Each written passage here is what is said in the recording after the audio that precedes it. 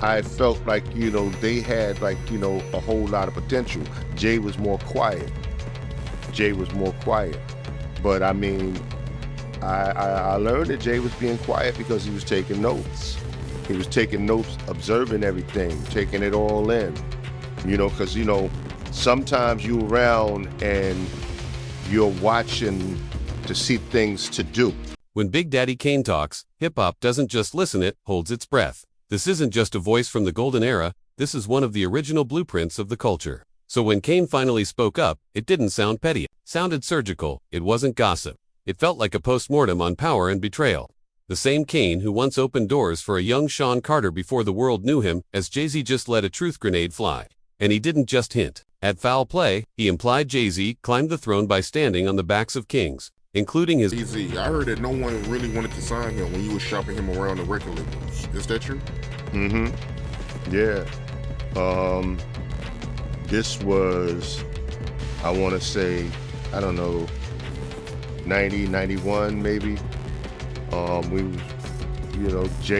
recorded some songs, probably about 4 or 5 songs on Jay-Z, and shopped them to several different record labels, and they all his own mentor, and even 2Pac. This wasn't some loose accusation tossed for clout. Kane respected not just for his rhymes, but his realness. Didn't throw shade. He dropped receipts. He painted Jay-Z's rise not as pure grind, but as a chessboard conquest. Kane claims Jay used him and later 2Pac as stepping stones. If that's true, it's not just ruthless, it's betrayal set to a soundtrack. In a world where loyalty is law, that's treason in beats and bars. Kane says, look again, trace the steps. You'll find footprints on the fallen. And just like that, a whisper turned into a reckoning. There's a tale that barely survived the smoke-filled rooms of the 90s.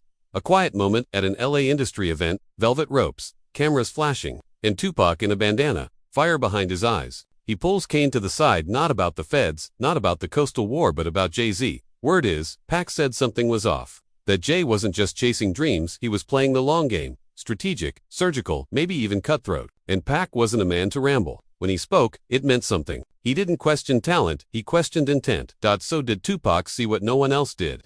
The seeds of a corporate king planted deep in a street poet's shadow. A man making quiet moves, setting himself up as heir, not just to Biggie but to Pac himself. Kane allegedly brushed it off, maybe saw it as industry paranoia. But if there's one thing Kane regrets, it's not taking that warning seriously. Because not long after, Pac was gone, and Jay-Z ascending faster than anyone expected. That's the moment things start looking different in hindsight. Like maybe the crown wasn't earned, it was orchestrated. Now, let's twist the blade a little deeper. The 1996 Source Awards, a night already drenched in tension, side eyes, and ego. But what fans didn't see was what might have gone down behind that curtain. The whispers say that's when Jay-Z made a move, stepping into the shadows with none other than Puffy S, the same Diddy now drowning in federal heat and sealed indictments. Word is, Jay and Diddy didn't just talk, they aligned, a pact, a strategy, one that would change the game and silence anyone who didn't fall in line. The alleged plan, keep certain East Coast voices quiet, stifle guys like Beanie Sigel, because Diddy and Jay, they had numbers to protect, deals to sign, bags to chase. Down south was flipping small checks into big returns, no limit, cash money, ludicrous, so the East had to tighten up, control the narrative. Imagine it, 2 moguls, in the making, one aiming for hip-hop's throne, the other plotting fashion takeovers. Did Jay-Z trade the soul of the streets for a seat in the boardroom? Was that the night he chose power over brotherhood, and profit over Pac? When Big Daddy Kane speaks, hip-hop doesn't just listen, it flinches. He's not some old head chasing nostalgia. He's one of the original architects, the ones who laid the brick and mortar for everyone else to walk on. So when Kane finally broke his silence, it didn't feel like a diss, it felt like an autopsy, the kind done by someone who knew the body while it was still alive. Kane didn't just throw shade, he launched a surgical strike. The same Kane who once helped mold a young Sean Carter before he became Jay-Z, just dropped a truth bomb, and it detonated all over Hov's legacy. Because this wasn't just about Jay-Z making it hit, it was about how he made it. Kane hinted that the climb to the top wasn't pure hustle, that it was strategic, ruthless, that Jay didn't just rise, he climbed over the shoulders that once lifted him, and left them buried in the dirt. Shoulders like Kane's, like 2Pac's, like Biggie's, and when you rewind the timeline, the picture gets darker. Somewhere between the collapse of East Coast unity and the birth of the billionaire brand we now know as Jay-Z, something happened. A shift, a choice, a betrayal. Did Jay-Z distance himself from the fallen legends Pac, Biggie and opt instead for cold-blooded empire building? The timing lines up eerily. By the late 90s, Jay-Z was no longer a rising artist. He was the industry. And it's not just Kane's accusations that hit hard. It's the history. Jay-Z, the former Marcy hustler slinging substances in stairwells, is now the richest musician in the world. From champagne empires to streaming platforms to high cannabis brands, he scaled the game like a CEO. But was hip-hop ever anything more than inventory to him? And if so, what were his friendships? Were they real or just bridges he planned to burn once crossed? That's the uncomfortable question, especially now, because as the lawsuits against Diddy mount and the whispers turn into roars, the silence of people like Jay-Z gets harder to excuse. 50 Cent never one to hold back, just took a blowtorch to Jay, calling him out for standing beside Diddy while the house burns down. This wasn't trolling, it was a warning shot, a demand for accountability. 50 even asked directly, "Friends to the end, Jay, are you still there?" Pulling Jay back into the mess, and let's be real, he's got a point. Old photos have started resurfacing. Jay-Z and Diddy, arm in arm, grinning, dripping in swagger, but those smiles, in retrospect, they feel like evidence. Like snapshots of a pact made in plain sight, with Diddy now facing accusations of trafficking, abuse, and conspiracy, and TikTok sleuths spinning theories darker than ever. How long before people stop calling it guilt by association and start calling it complicity? Especially with insiders like Jaguar Wright calling Jay and Beyoncé a nasty little couple, and others resurfacing shady backroom rumors. Big Daddy Kane isn't just venting, he's sending up flares. And he's not alone. These rumblings have been building for years. And they all seem to trace back to the same moment. The 1996 Source Awards. Tensions were already sky-high. Suge Knight had made his infamous jab. Bad Boy and Death Row were circling each other like sharks. The air backstage was radioactive. But some now claim something else happened that night. Something cameras missed. A silent 20-minute meeting between two men who would go on to dominate the culture, Jay-Z and Diddy. This wasn't beef. It wasn't even business. It was something darker. According to a former Def Jam staffer, Jay-Z and Diddy vanished backstage. No one knows what was said, but when they returned, everything changed. Jay-Z suddenly had access. Studios, radio play, national exposure.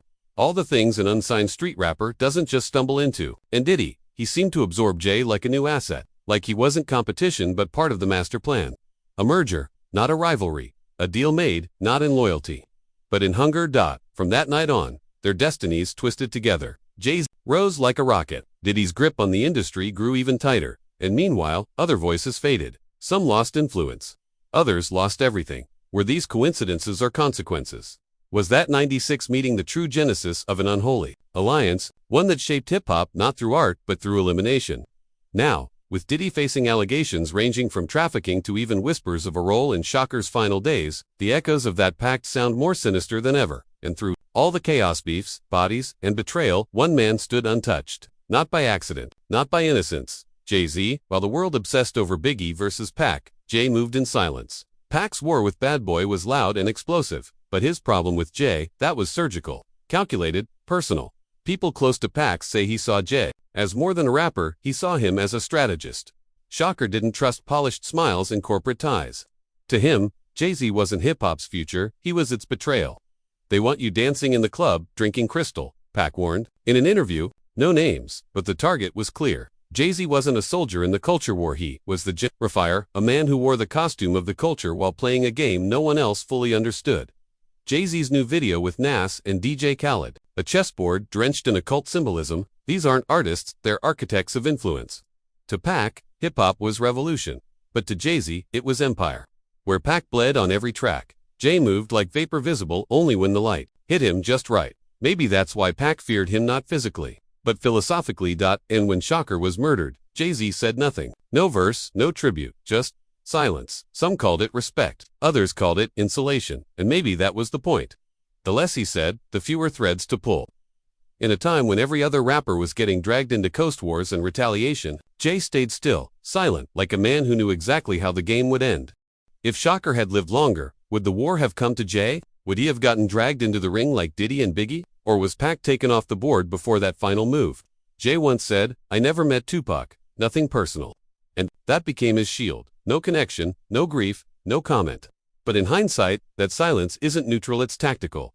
Decades later, as the smoke clears and Diddy faces indictment, as Suge Knight fades into obscurity, Jay-Z still stands. Unbothered, untouched, unchallenged. Is that luck? Or was it strategy? Was he avoiding beef? or was he playing a longer, colder game? While others drowned in the storm, Jay quietly became the industry's undisputed center. And here's the twist: some now ask why. Jay never once used his platform to question 2Pac's murder. Not a lyric, not a line, not a hint. In an era where even the fans were dissecting the mystery, Jay acted like it never happened, like he was never watching. But we know better. The silence wasn't ignorance, it was protection. For himself, for whoever else was behind the curtain. That silence now reads less like maturity, and more like a strategy to not expose connections. Because let's be real, Jay-Z wasn't just avoiding chaos. He was rising through it. Every time another player fell, he advanced. Every time another empire collapsed, he inherited the throne. Is it really a conspiracy? If the same man keeps winning after every tragedy? And that's the chilling part. DJ's restraint so cold, so to resemble someone who knew too much to ever speak. Someone who understood that even one misplaced lyric could pull on the wrong thread. He was surrounded by power players, some now indicted, sued, or disgraced. But Jay, not a scratch, not a statement, just silence, and success.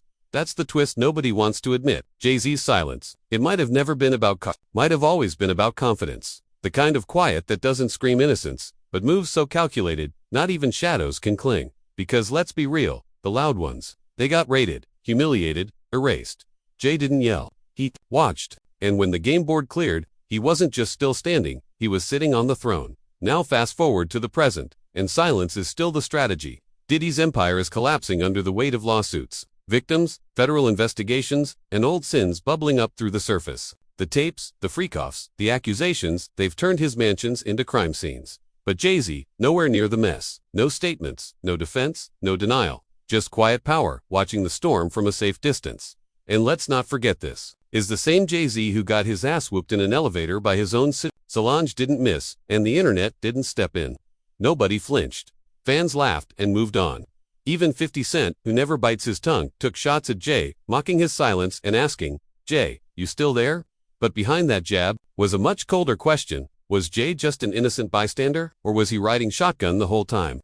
Because the thing about Jay-Z, his name never vanishes. In every scandal, in every rumor, he's not a defendant, but he's always in the frame, always lingering, not accused, but never uninvolved. And then there's the TikTok rabbit holes. The theories, the timelines, the eerie lyrics, and cryptic connections. Some of it sounds insane until it doesn't. Until the coincidences pile up high enough to look like a map.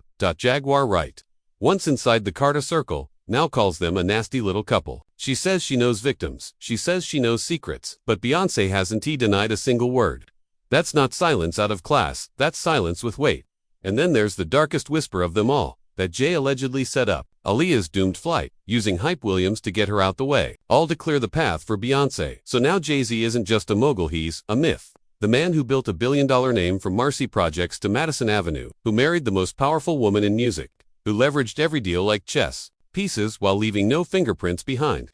But you have to wonder, how many people did he step on to stay that clean? What burned beneath those platinum plaques and business suits? Because no one climbs that high without some dirt on their boots. The question isn't whether Jay-Z played the game. The real question is, did he design it? Was he just surviving the industry's brutality or engineering it? Was every silence a shield or a warning? So now we ask you, is Jay-Z the smoothest survivor of hip-hop's dark side, or the mastermind behind the curtain?